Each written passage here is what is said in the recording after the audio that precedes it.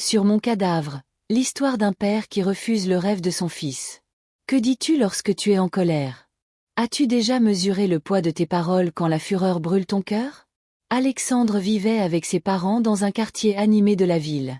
Il avait grandi au milieu de ces rues grouillantes de vie. Mais depuis toujours, quelque chose l'attirait ailleurs, les voitures. À 14 ans déjà, ce qui faisait battre son cœur, c'étaient les voitures modernes, celles qu'il voyait rarement dans son quartier. Dès qu'il en croisait une, ses yeux s'illuminaient. Il pouvait rester planté des minutes entières, la bouche entr'ouverte, à observer le moindre détail. Après l'école, au lieu de rentrer directement à la maison, il se faufilait souvent dans les garages du quartier. Il pouvait rester des heures à observer les mécaniciens, le bruit des clés, les étincelles de métal, tout cela l'enivrait. « Viens, petit, passe-moi cette clé », lui lança un jour un mécanicien en plaisantant. Alexandre, tout excité, s'exécuta immédiatement. Ce fut la première fois qu'il toucha un outil de mécanicien et depuis ce jour, il sut que c'était là sa destinée. À la maison, l'ambiance était très différente. Son père, Monsieur Lambert, était un homme respecté, directeur d'une école privée et instituteur. Il croyait fermement à la valeur de l'éducation. Pour lui, la craie et le tableau représentaient la dignité, le progrès, l'avenir. Il avait fait de nombreux sacrifices pour donner à son fils une bonne scolarité. Et il n'avait qu'un rêve, qu'Alexandre devienne professeur à son tour. Dans son esprit, c'était une évidence. La relève devait être assurée. Mais chaque fois qu'il voyait son fils revenir du garage, couvert de poussière et les mains noircies, son visage se crispait. « Alexandre, encore là-bas !» grondait-il. « Papa, j'aime ça !» répondait le garçon timidement. « Aimer? Tu appelles ça aimer? Tu crois que tu vas passer ta vie à salir tes mains ?» Alexandre baissait la tête, mais au fond, une petite voix lui soufflait. « Oui, c'est exactement ce que je veux. » Le soir, couché sur son lit, il rêvait. « Un jour, j'aurai mon propre centre automobile. Ce sera un garage moderne avec les outils les plus sophistiqués. Je réparerai les plus belles voitures, celles que les autres n'osent même pas toucher. » Chaque fois qu'il prononçait ces mots pour lui-même, son cœur battait plus fort. Mais au fond, il savait une chose, ce rêve allait tôt ou tard le mettre face à son père. Les années avaient passé. Le petit garçon curieux qui observait les mécaniciens du quartier était devenu un jeune homme de 19 ans. Chaque fois qu'il sortait, on le voyait traîner autour des garages modernes de la ville. Ses mains n'étaient plus seulement curieuses. Elles savaient démonter un moteur, repérer une panne, remettre une voiture en marche. Et plus il grandissait, plus sa passion devenait évidente. Mais à la maison, rien n'avait changé. Monsieur Lambert rêvait toujours de faire de son fils un enseignant. Alexandre, lui, n'avait qu'une idée en tête, la mécanique. Ce soir-là, Monsieur Lambert corrigeait des copies, assis dans son fauteuil. Sa femme préparait le repas dans la cuisine. Alexandre, assis dans sa chambre, transpirait. Il savait que le moment était venu. Il sortit, marcha lentement vers le salon. « Papa, je veux te parler », dit-il d'une voix tremblante. Monsieur Lambert leva les yeux de ses copies. Son regard sévère traversa son fils. « Je t'écoute. » Alexandre inspira profondément. « Papa, j'ai réfléchi. Je veux être mécanicien. C'est ma passion. » Le père fronça les sourcils. « Quoi ?» demanda-t-il d'une voix glaciale. « Je veux devenir mécanicien. C'est ce que j'aime, » répéta Alexandre plus fort, cette fois. Le stylo de Monsieur Lambert roula sur la table. Il se leva brusquement, ses yeux brillants de colère. « Mécanicien, toi, mon unique fils, après tout ce que j'ai fait pour ton éducation. » La mère accourut, un torchon encore à la main. « Lambert, calme-toi. Écoute-le au moins. »« Me calmer ?» hurla-t-il. « Ce garçon veut détruire mon nom. Le fils d'un enseignant devenir un vulgaire ouvrier couvert d'huile? Jamais !» Alexandre répondit. Sa voix tremblait, mais il tint tête. « Papa, ce n'est pas une honte. La mécanique est un vrai métier. On me respecte déjà pour ça. » Alors, le tonnerre éclata. Monsieur Lambert pointa un doigt accusateur vers lui et cria d'une voix qui fit trembler les murs. « Tant que je vivrai, tu ne seras jamais mécanicien.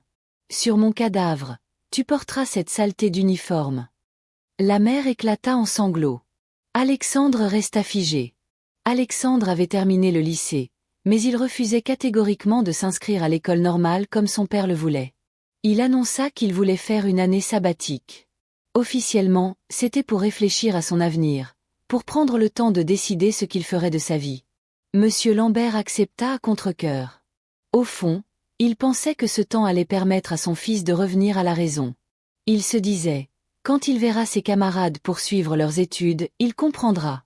Il finira par suivre mes pas. Mais Alexandre avait un autre plan. À la maison, il se comportait en fils respectueux. Il aidait son père à corriger des copies, ranger les cahiers, préparer des leçons. Monsieur Lambert voyait en cela une promesse. Peut-être que son fils commençait enfin à comprendre. Mais dès qu'il en avait l'occasion, Alexandre disparaissait discrètement. Il rejoignait les garages de la ville. Là, il n'était plus l'élève modèle ni le fils d'un enseignant. Il redevenait lui-même, les mains dans le cambouis, les yeux fixés sur un moteur démonté, il retrouvait sa passion. Le patron du garage l'avait vite remarqué. « Toi, tu apprends vite », lui disait-il souvent. Les autres mécaniciens plaisantaient, mais au fond, ils l'admiraient. Ce garçon n'a pas peur de salir ses mains. Il ira loin. Chaque jour, Alexandre progressait. Il savait reconnaître une panne rien qu'en écoutant le bruit d'un moteur. Il pouvait démonter et remonter une pièce avec une précision étonnante. Et chaque soir, en rentrant, il avait ce regard fier, ce sourire discret qu'il essayait de cacher. Mais il n'échappait pas à son père. À table, Monsieur Lambert le fixait longuement, sans un mot, un regard qui semblait dire « Je sais où tu étais. Tu crois pouvoir me défier ?» La mère voyait tout. Elle était déchirée entre les deux. Souvent, elle tentait de raisonner son fils. « Alexandre, fais attention. Ton père ne plaisante pas avec ses paroles. Maman, je t'aime, mais comprends-moi. Ce n'est pas un caprice, c'est ma vie. » répondait-il d'une voix ferme. Alors, elle soupirait, essuyait ses larmes et se taisait. Alexandre vivait ainsi dans deux mondes. Le jour, il redevenait l'apprenti passionné qui construisait son avenir en silence. Le soir, il jouait le rôle du fils obéissant, aidant son père par respect. Mais au fond, il le savait, cette double vie ne durerait pas éternellement. Et ce jour-là, il faudrait affronter de nouveau la colère de son père. Les mois passèrent. Au garage, Alexandre n'était plus un simple apprenti. Il avait prouvé sa valeur. Le patron, impressionné, le convoqua dans son bureau un matin. L'homme dit « Alexandre, tu as un don. On ne croise pas souvent des jeunes comme toi. » « Merci, maître, » répondit Alexandre, les yeux baissés. « À partir d'aujourd'hui, tu n'es plus un apprenti. Tu fais officiellement partie de mon équipe et tu seras payé comme un vrai mécanicien. » Alexandre sentit son cœur exploser de joie. C'était le début de son rêve. Il remercia son patron. Le soir, il rentra chez lui, pressé d'annoncer la nouvelle à ses parents. Il voulait que son père entende de sa bouche qu'il avait trouvé sa voie. La mère posait le repas sur la table. Monsieur Lambert corrigeait encore des copies, comme toujours. Alexandre inspira profondément et dit « Papa, maman, j'ai quelque chose d'important à vous dire. » Tous les regards se tournèrent vers lui. Il se lança. « Aujourd'hui, on m'a embauché dans un grand garage de la ville. Je ne suis plus apprenti. Je suis mécanicien. » Un silence tomba sur la pièce. On aurait entendu une mouche voler. La mère serra le torchon entre ses mains, inquiète. Le regard de Monsieur Lambert était noir. « Qu'est-ce que tu viens de dire ?» demanda-t-il. Alexandre déglutit, mais il resta ferme. « J'ai dit que j'ai un vrai poste, papa. Je travaille désormais dans un grand garage. C'est ma vie, c'est ma passion. » Alors, la fureur éclata. Le père se leva d'un bond. « Mécanicien, tu recommences ? Après tout ce que j'ai fait pour toi, après les années passées à t'éduquer, à t'apprendre la valeur du savoir, tu oses me dire ça ?» La mère se précipita. « Lambert, je t'en prie, ne crie pas. » Mais il n'écoutait plus. « Je te le répète une fois de plus. Tant que je vivrai, tu ne seras jamais mécanicien. » Et il tourna les talons. Depuis ce soir d'explosion, la maison Lambert n'était plus la même. Le père et le fils ne s'adressaient plus la parole. Pas un mot, pas une phrase. Mais ce silence avait un poids. Monsieur Lambert avait choisi cette arme, le mutisme. Il pensait qu'en ignorant son fils, il le briserait doucement. Qu'un jour, à force de silence et de mépris, Alexandre abandonnerait ses rêves. Mais il se trompait. Alexandre, lui, avait choisi une autre arme, la patience. Il ne répliquait pas, il ne criait pas. Il continuait d'agir comme un fils respectueux. Chaque matin, il saluait son père poliment, même si celui-ci détournait la tête. Chaque soir, il s'asseyait près de lui pour l'aider à corriger des copies, même si l'homme restait froid et distant. Parfois, il posait discrètement de l'argent sur la table pour payer une facture ou acheter des provisions. Mais M. Lambert refusait de reconnaître ses gestes. Il restait figé dans son orgueil. La mère, elle, souffrait en silence. Entre son mari et son fils unique, son cœur était déchiré. Un soir, alors qu'Alexandre rentrait tard du garage, elle l'attendait à la porte. « Alexandre, tu ne vois donc pas que ton père se consume de colère ? Tu es son seul fils, son seul espoir. » Alexandre baissa les yeux. « Maman, je ne veux pas lui manquer de respect, mais je ne peux pas trahir mon cœur. La mécanique, c'est ma vie. » Elle soupira. Les jours suivants, la tension ne fit que s'accroître. Quand Alexandre rentrait du garage, son uniforme encore taché d'huile, son père l'observait longuement. Pas un mot. Mais un regard dur, implacable. Alexandre soutenait ce regard. En lui montait une détermination farouche. Il ne plierait pas. Dans cette maison, il n'y avait pas deux hommes, mais deux volontés qui s'affrontaient. C'était un combat invisible, sans cris, sans coups, mais c'était le plus violent des combats, un duel entre un père et son fils unique. Et tôt ou tard, il devait y avoir un vainqueur. Le bras de fer dura des semaines, les regards glaciaux, les soupirs étouffés de la mère, tout cela devenait insupportable. Puis, un événement inattendu vint bouleverser la situation. À l'école où enseignait M. Lambert, le vieux bus scolaire commença à tomber en panne. C'était le seul moyen de transport pour les enfants vivant loin du quartier. Le véhicule fut conduit dans plusieurs garages de la ville. À chaque fois, les mécaniciens le réparaient. Le bus repartait, mais seulement pour quelques jours. Puis, la même panne revenait encore et encore. Les enseignants étaient découragés. Les parents commençaient à se plaindre ouvertement et M. Lambert, impuissant, subissait la honte de voir son école incapable de régler ce problème. Un soir, Alexandre trouva son père assis, la tête entre les mains. Sa mère venait de lui raconter ce qui s'était passé à l'école avec le bus.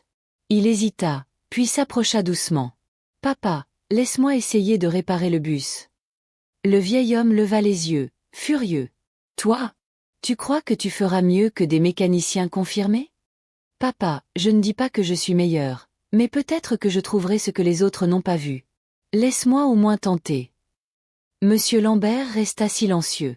Son regard se perdit dans le vide, puis il lâcha d'une voix sèche. « Fais ce que tu veux. » Le lendemain, Alexandre se rendit à l'école. Les enseignants l'observaient, sceptiques. Il retroussa ses manches et se mit au travail. Il passa des heures à examiner chaque pièce. Il testa, démonta, vérifia, remonta. Son regard était concentré. Ses gestes précis. Les enseignants disaient « C'est le fils du directeur », murmurait-on. Mais regarde comme il travaille. Il connaît son affaire. Finalement, Alexandre remonta la dernière pièce, referma le capot et monta. Il tourna la clé. Le moteur rugit, mais cette fois, il avait une sonorité différente, plus régulière, plus stable. Alexandre sortit du bus, les mains couvertes de cambouis, mais le visage rayonnant. La panne venait d'un problème électrique mal détecté. J'ai refait toute l'installation. Le bus tiendra cette fois. Les enseignants échangèrent des regards stupéfaits. Même les plus sceptiques étaient obligés d'admettre que ce jeune savait ce qu'il faisait. Monsieur Lambert, resté à l'écart, sentit son cœur se serrer. Mais la véritable surprise vint dans les semaines qui suivirent. Chaque matin, le bus démarrait sans difficulté. Jour après jour, il transportait les enfants sans jamais tomber en panne. Les enseignants finirent par en parler entre eux, impressionnés. D'habitude, la panne revenait toujours après quelques jours. Mais depuis qu'Alexandre l'a réparé, plus rien. Le moteur tourne comme neuf. Monsieur Lambert entendait ces murmures. Il devait se rendre à l'évidence. Cette fois, la réparation tenait. Son fils unique venait de sauver l'école de l'humiliation. Ce qu'aucun mécanicien expérimenté n'avait réussi à faire, lui l'avait accompli. Alors, un soir, il appela son fils. Sa voix n'était plus la même. « Mon fils, ce jour à l'école, tu m'as fait honte et fierté à la fois. Honte parce que j'ai refusé de croire en toi. Fierté parce que tu as réussi là où d'autres avaient échoué. Alexandre sentit ses yeux s'embuer. Papa, je n'ai jamais voulu te déshonorer. Je voulais seulement prouver que la mécanique n'est pas une honte. Monsieur Lambert posa sa main tremblante sur l'épaule de son fils. Tu m'as ouvert les yeux. Ce que tu fais n'est pas de la saleté, c'est un vrai métier. Aujourd'hui, je te respecte. Ce soir-là, pour la première fois depuis des mois, père et fils échangèrent un vrai sourire. La réconciliation était scellée. Après des mois de silence et de tension, le père et le fils parlaient de nouveau. Des regards moins lourds, des sourires timides. Monsieur Lambert, qui n'avait jamais mis les pieds dans un garage moderne, accepta enfin l'invitation de son fils. Un samedi matin, Alexandre l'emmena dans son lieu de travail. L'instituteur resta bouche bée. Tout était propre, bien organisé. Les voitures brillaient, alignées comme dans une exposition. Les mécaniciens travaillaient avec méthode, dans une discipline qui ressemblait presque à celle d'une salle de classe. Le patron du garage vint à leur rencontre et serra chaleureusement la main du père. « Votre fils est un jeune exceptionnel, sérieux, appliqué, respectueux. Vous pouvez être fier de lui. » Monsieur Lambert resta silencieux. Il observa Alexandre donner des instructions à un collègue, puis se pencher sur une voiture de luxe pour ajuster une pièce avec précision. Ce fils qu'il avait tant méprisé, il voyait maintenant en lui un homme accompli. Il lança un regard furtif à Alexandre. Pour la première fois, il dit « Tu as peut-être trouvé ta place, mon fils. » Alexandre sentit ses yeux s'embuer.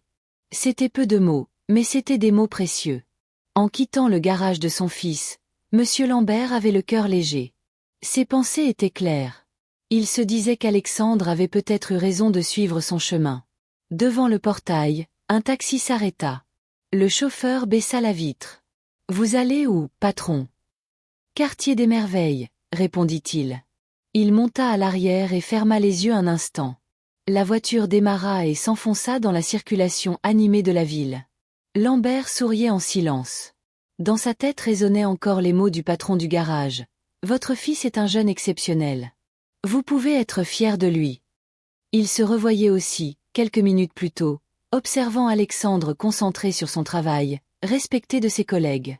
Un sentiment étrange l'envahissait. Il avait accepté le choix de son fils unique. Il se disait même qu'il avait peut-être été trop dur. À mi-chemin, à une grande intersection, un camion déboula à toute vitesse.